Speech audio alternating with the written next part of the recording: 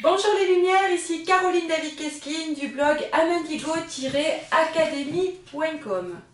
Bienvenue dans la vidéo 4 du défi Apifédulogie où nous allons parler aujourd'hui de la salle de bain.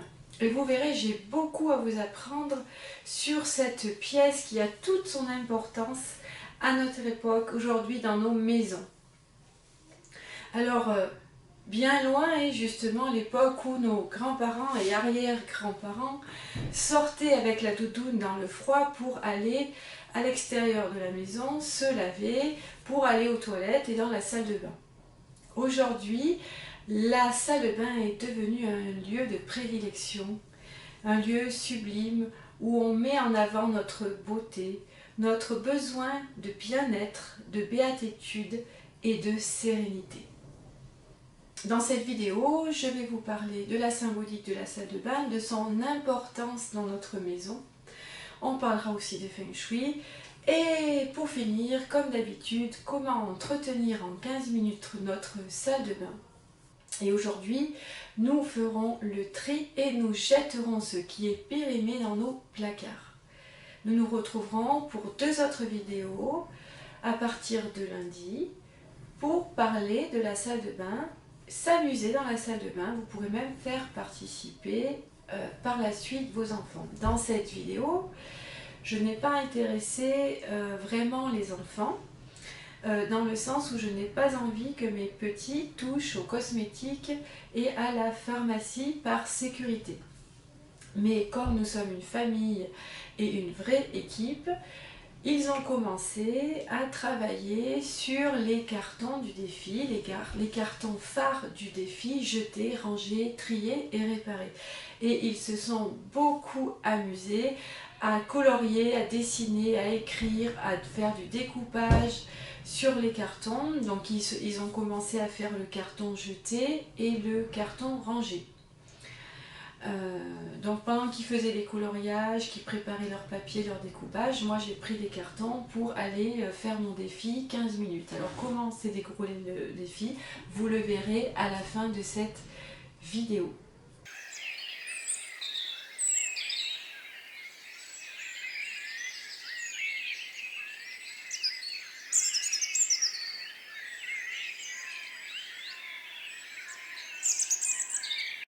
Depuis les années 80, la salle de bain est placée à la même enseigne que la cuisine et le salon. Elle a la même importance. D'abord, beaucoup de promoteurs, de constructeurs le disent.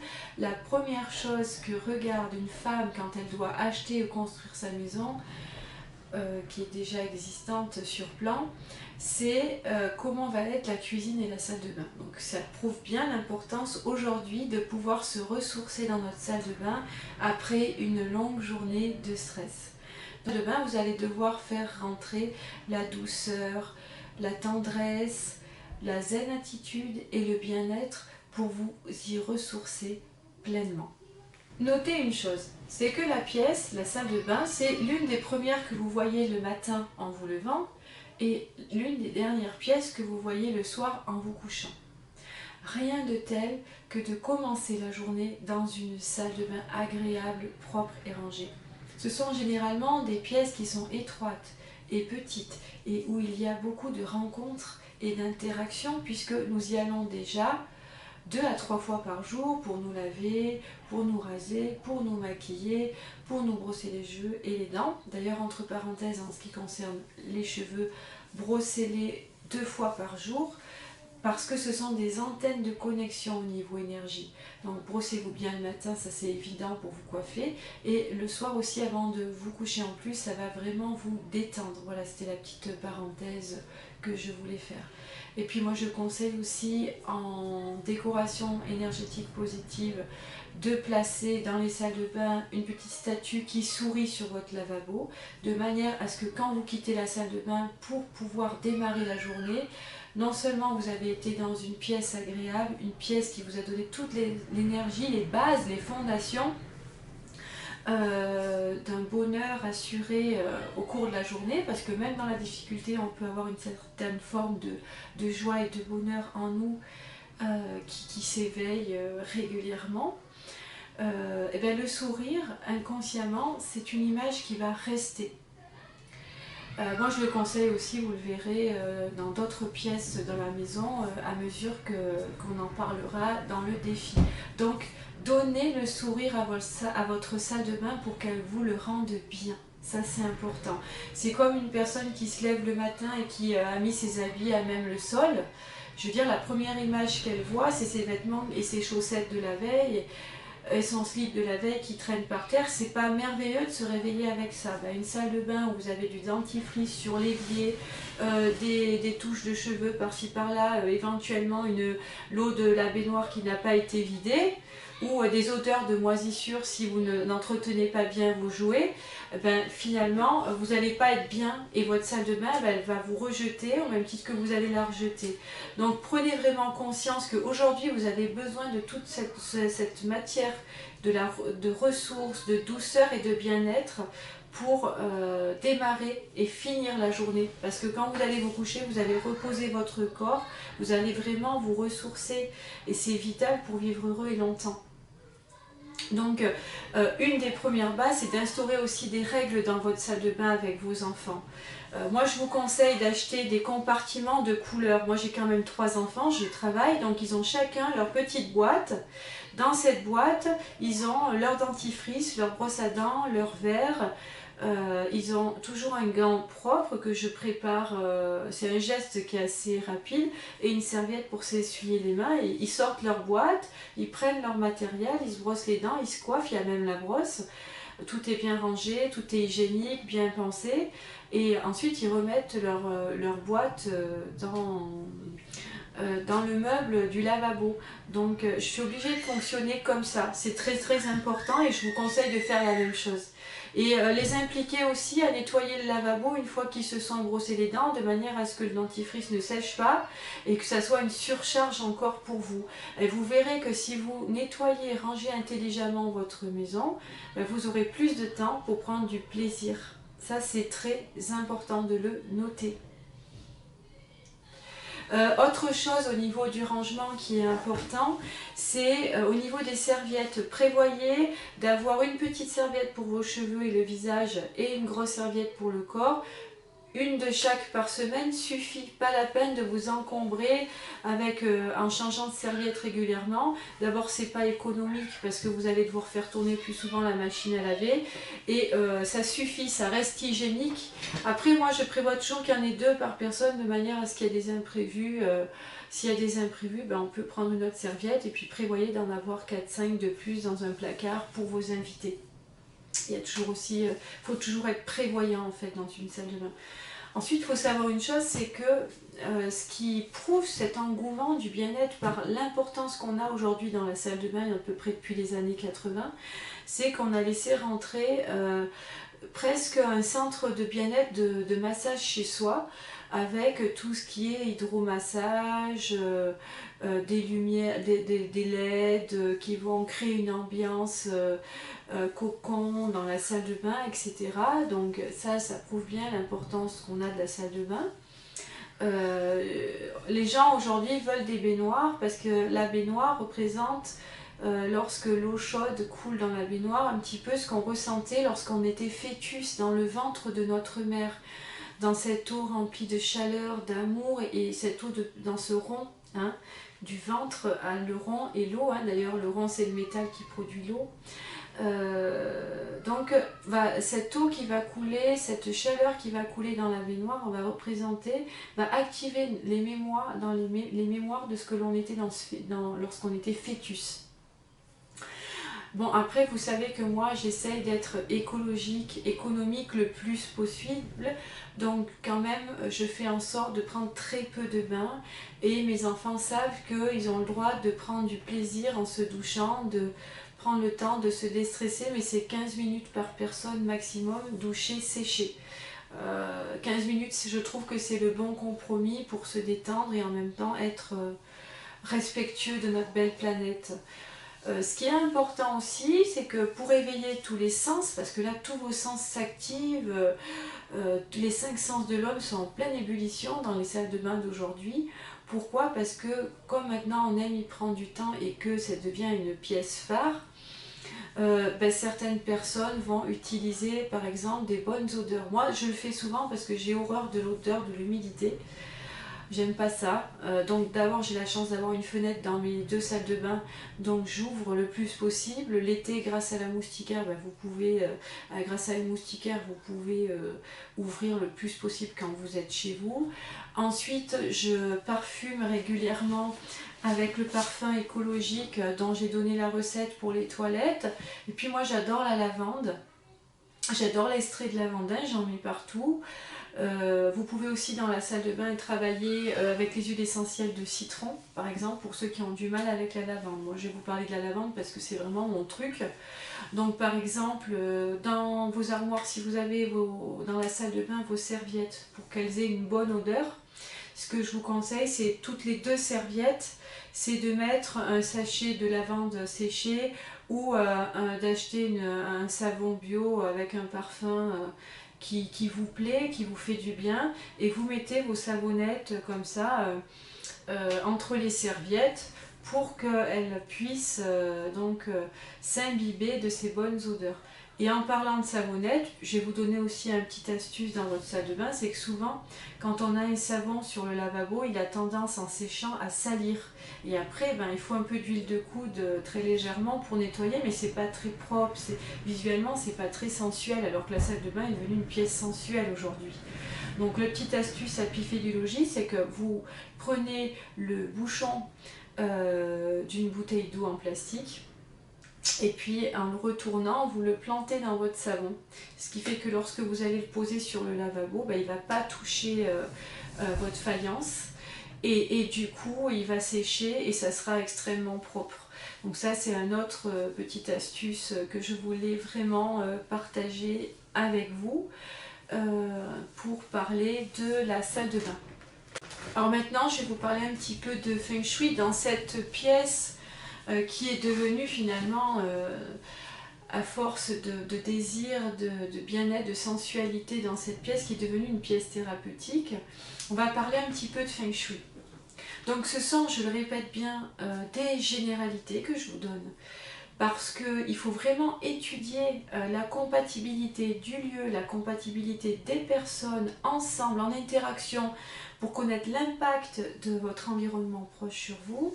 Et puis au niveau des 5 éléments, il faut savoir ceux qui sont bons pour vous au niveau du Feng Shui, mais aussi ceux qui sont bons pour vous au niveau de votre destinée en astrologie. Donc là, c'est vraiment des généralités et on va beaucoup plus en profondeur quand on étudie l'énergie d'un lieu en interaction avec le vivant. Et ensuite, on laisse rentrer, une fois que tout ça est bien calculé, la décoration énergétique positive, la loi d'attraction dans la maison, l'écologie, l'économie, etc., la purification des lieux et la géobiologie. Tout ça est extrêmement lié et important, voire même, moi je dirais, à force d'expérience et de rencontres indissociables.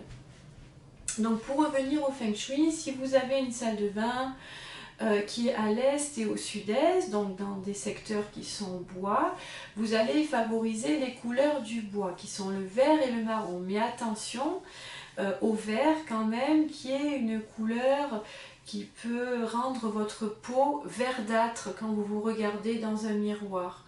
Après, tout dépend comment est positionnée la luminosité dans la pièce, etc. On ne peut jamais dire jamais, mais voilà, faites attention, prévoyez plutôt dans ces secteurs-là des nuances de marron, de travailler avec des matières comme le bois, la fibre naturelle, etc. Laissez rentrer à l'est et au sud-est, par exemple le rotin, le bambou, la fibre naturelle tressée.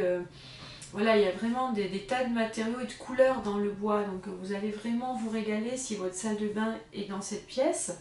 Et puis en Feng Shui, la salle de bain est d'élément eau. C'est logique, c'est l'élément principal qui représente cette pièce, hein, puisqu'il y a l'eau des robinets, de la douche, de la baignoire, etc. Donc du coup, l'eau va nourrir le bois. Et comme c'est dans un secteur bois, ça va être harmonieux. et vous allez pouvoir vraiment créer, vous allez pouvoir me mettre une plante verte en invitant vraiment la nature dans cette pièce de ressourcement thérapeutique. Vous allez pouvoir jouer même avec des objets détournés, travailler avec les plantes médicinales par des tableaux. Vous allez avoir plein d'idées quand votre salle de bain est à l'est comme au sud-est. Voilà. Si votre salle de bain est au sud, alors attention, parce que le sud, qu'est-ce que c'est? C'est au niveau de toutes les maisons, c'est là où il y a de l'ensoleillement le plus fort en fin de matinée, en début d'après-midi. Donc le sud, c'est l'élément feu. Donc on sait dans la nature que l'eau éteint le feu, donc surtout n'utilisez pas les couleurs feu dans votre salle de bain parce que vous allez créer des confrontations énergétiques que vous allez ressentir. Il est important à ce moment-là d'utiliser ce qu'on appelle un élément tampon, c'est-à-dire le bois, parce que dans la nature, l'eau va nourrir le bois et le bois, lui, en brûlant, va nourrir le feu.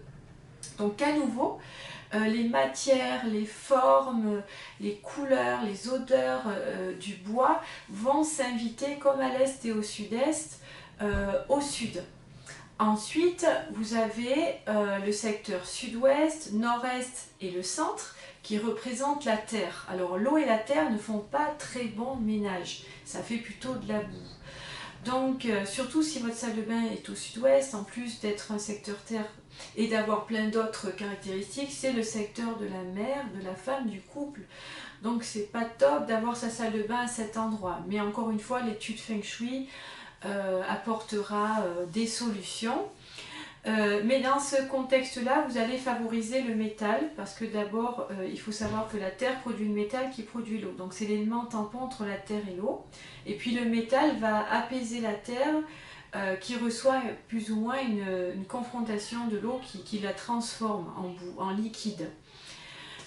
Donc travailler vraiment le blanc, le gris, l'argenté et encore une fois aujourd'hui vous avez vraiment des matières extrêmement naturelles, presque blanches, douces qui peuvent s'inviter dans votre salle de bain pour vous sublimer.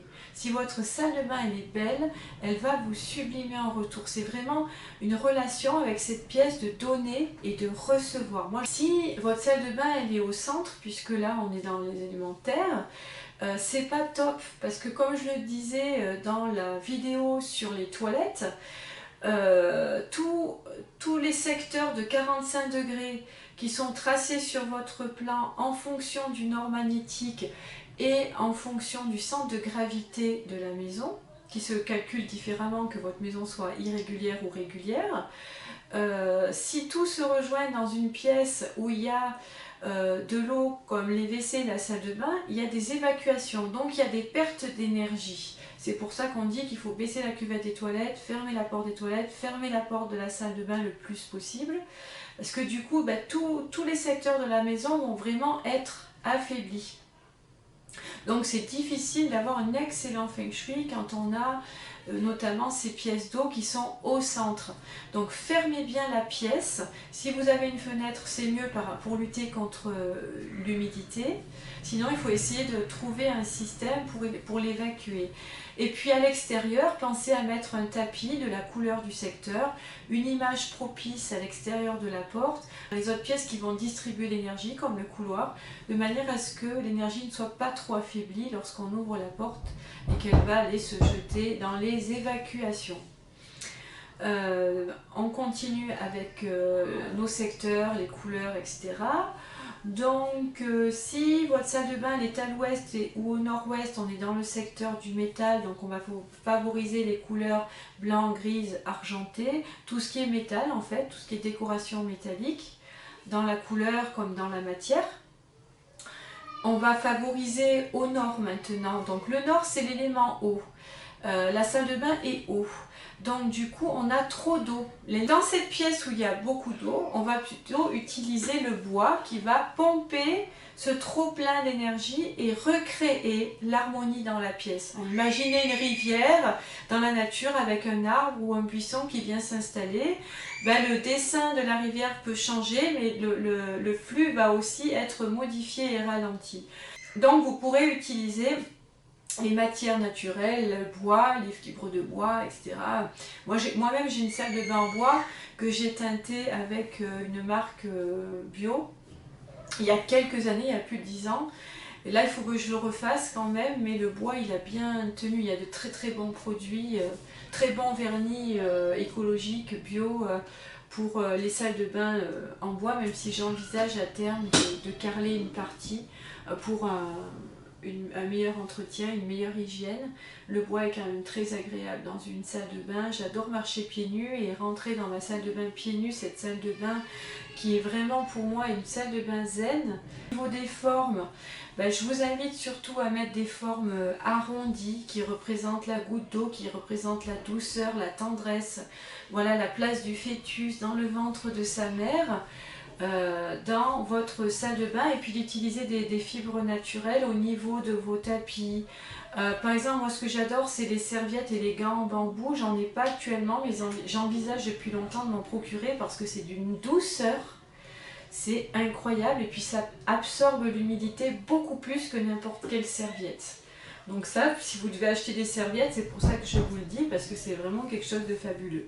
Éviter des formes aiguës, angulaires, rectilignes, on va d'éviter de mettre des rayures à la verticale qui coupent l'énergie, qui coupent cette douceur qu'on a envie d'inviter dans le lieu. Voilà, ça c'est très important de le retenir également. Au niveau de l'éclairage, évitez d'avoir une seule source de lumière.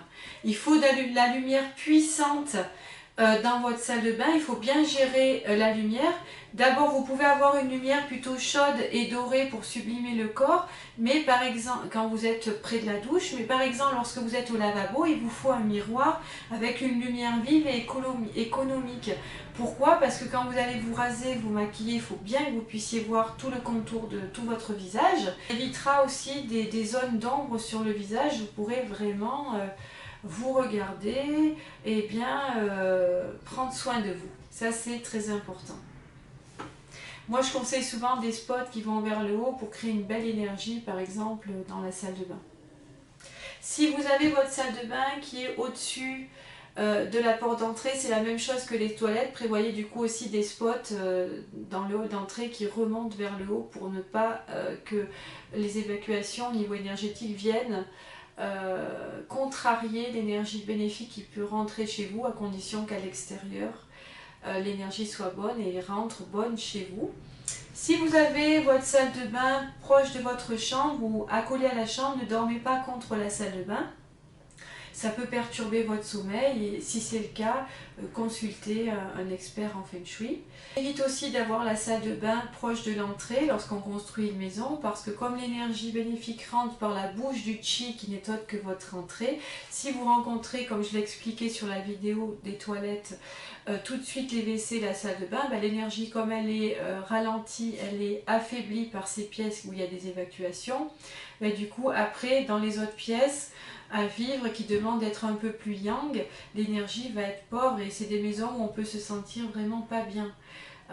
Si vous avez la salle de bain au même titre que les toilettes face à la porte d'entrée, avec un long couloir, l'énergie elle va aller se jeter dans votre salle de bain. Donc il faudra appliquer ce que je vous ai conseillé dans la vidéo sur les toilettes.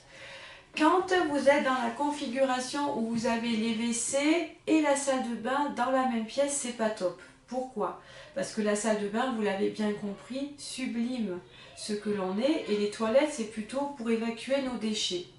Donc si vous avez la possibilité de mettre par exemple un paravent ou de recréer une séparation végétale, si par exemple vous avez la salle de bain à l'est ou sud-est avec des hautes plantes, ou voilà, essayez de quand même faire en sorte qu'on ne voie pas trop les WC, de les cacher d'une façon comme une autre, comme vous pourrez. Voilà, c'est le meilleur conseil que j'ai à vous donner pour la salle de bain et les WC communs. Au niveau du son, rien ne vous empêche dans cette pièce maintenant qui a toute son importance de mettre une chaîne hi-fi loin des points d'eau, un peu en hauteur, pour mettre un peu de musique classique, de musique zen, etc. Mais sachez que si vous ne le faites pas, c'est pas grave puisque rien que le clapotis de l'eau va vraiment vous apaiser, vous faire un bien fou. Petit conseil, je vous invite à ne pas laisser rentrer votre portable dans votre salle de bain pour profiter à fond de ce moment de bonheur et de paix dans cet havre de paix qui est devenu aujourd'hui votre salle de bain. Nous allons maintenant commencer le défi APIFE du logis, 15 minutes dans votre salle de bain. Alors pour ranger par exemple votre pharmacie, je vous invite à acheter des compartiments qui vont vous permettre de classer les médicaments et tout ce que vous avez besoin dans une pharmacie. Par exemple, il y a quelqu'un qui se blesse, immédiatement vous saurez où est votre pansement et c'est très important en cas d'urgence. Donc moi c'est ce que j'ai fait. J'ai pris ensuite tous les médicaments, tout ce qu'on utilisait dans la pharmacie qui était périmé. Vous verrez, c'est sur les photos qui vont suivre. C'est très bien écrit. Jamais j'aurais cru jeter autant de choses parce que je fais le tri quand même 2 à 3 fois par an. Mais alors là, j'étais impressionnée par ce que j'ai jeté. Bon, après, on est 5 dans la maison. J'ai quand même 3 enfants, dont 2 en bas âge. Donc, forcément, qu'il y a plus de choses à jeter que pour une personne seule, par exemple. Mais du coup, ensuite, j'ai vraiment classé dans mes placards par thème, par compartiment. Je me suis régalée parce que je l'ai fait très rapidement. Et je l'ai même surpris à m'amuser. Puis ce que j'ai fait aussi, c'est que je me suis occupée de la cosmétique. Alors moi, j'ai pas beaucoup de maquillage parce que je sais très bien comment je dois me maquiller l'été comme l'hiver. Donc j'ai 2 boîtes. Donc du coup, ce que j'ai fait, c'est que j'ai vidé la boîte, je l'ai nettoyée. Vous allez le voir sur les photos. Voilà, regardez.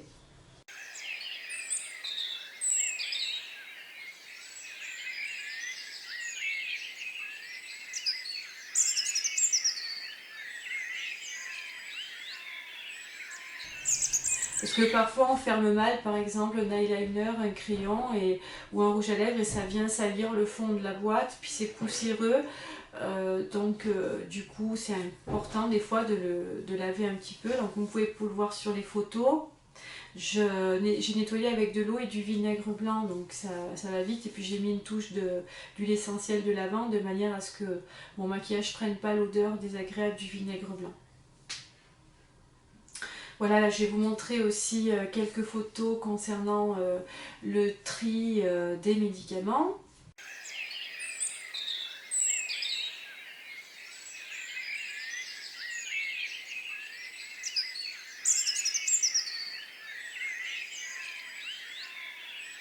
Ce que je peux vous dire aussi pour votre cosmétique, c'est que le mascara, par exemple, vous pouvez le jeter au bout de 6 mois. Voilà, il ne faut pas dépasser. Il y en a qui vont le jeter au bout de 3 mois, mais il ne faut pas dépasser 6 mois. Crayon à lèvres pour les yeux et vernis à ongles, vous pouvez le garder 2 ans.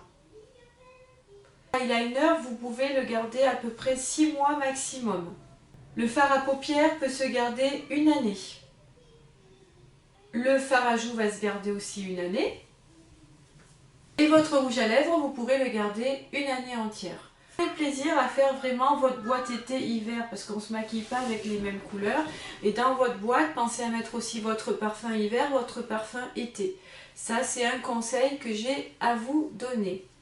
Alors comme je suis très organisée, ce que j'ai fait quand même, j'ai démarré le nettoyage. J'ai démarré un nettoyage simple, c'est-à-dire des choses à faire tremper, de manière à ce que pendant que ça trempe, moi j'ai fait mon rangement. Alors là les enfants ont participé, c'est-à-dire que je leur ai fait nettoyer brosse à cheveux et brosse à dents avec moi dans la bonne humeur. Donc vous allez voir sur les vidéos qui suivent comment nettoyer vos brosses et vos brosses à dents. Regardez. Pour vos brosses à dents, c'est la même chose. Vous mettez une cuillère à soupe dans un bac de bicarbonate de soude et ensuite vous remplissez d'eau et vous laissez reposer comme ça toute la nuit. Mais avant, pensez à bien enlever tous les cheveux de vos brosses. Et voilà! C'est parti pour une nuit pour les brosses à cheveux et pour quelques heures seulement pour les brosses à dents. Et voilà, comme vous pouvez le voir, des brosses à dents vraiment impeccables. Vraiment.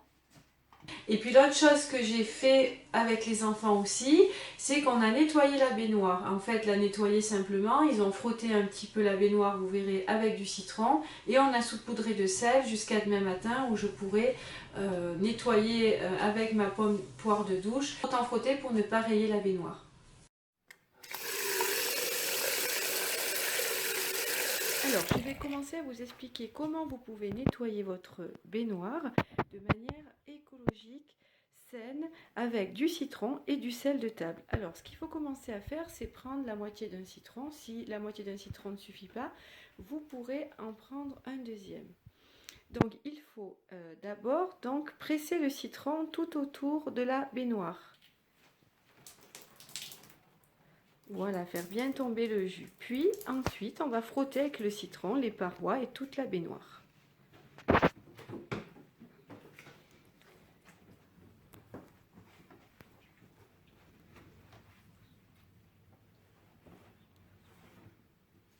Voilà.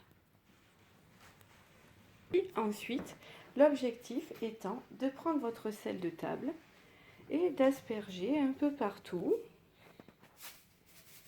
Voilà, sur les parois également. Voilà, merci. Je me fais aider de mes petits assistants, les enfants.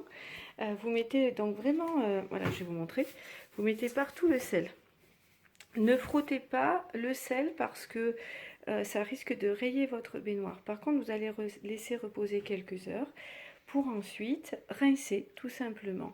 Si il y a des parties à frotter, à ce moment-là, vous utilisez l'huile de coude. Mais si vous le faites régulièrement, vous aurez une salle de bain, une baignoire impeccable. Voilà pour la baignoire, ça prend que 2 minutes. Voilà les lumières, j'espère que vous avez passé un excellent moment avec moi dans ce premier jour de défi dans la salle de bain. On se retrouve lundi et mardi pour terminer le défi salle de bain. Salle de bain. En attendant, je vous souhaite un bon week-end et demain un bon dimanche en famille. Bisous les lumières!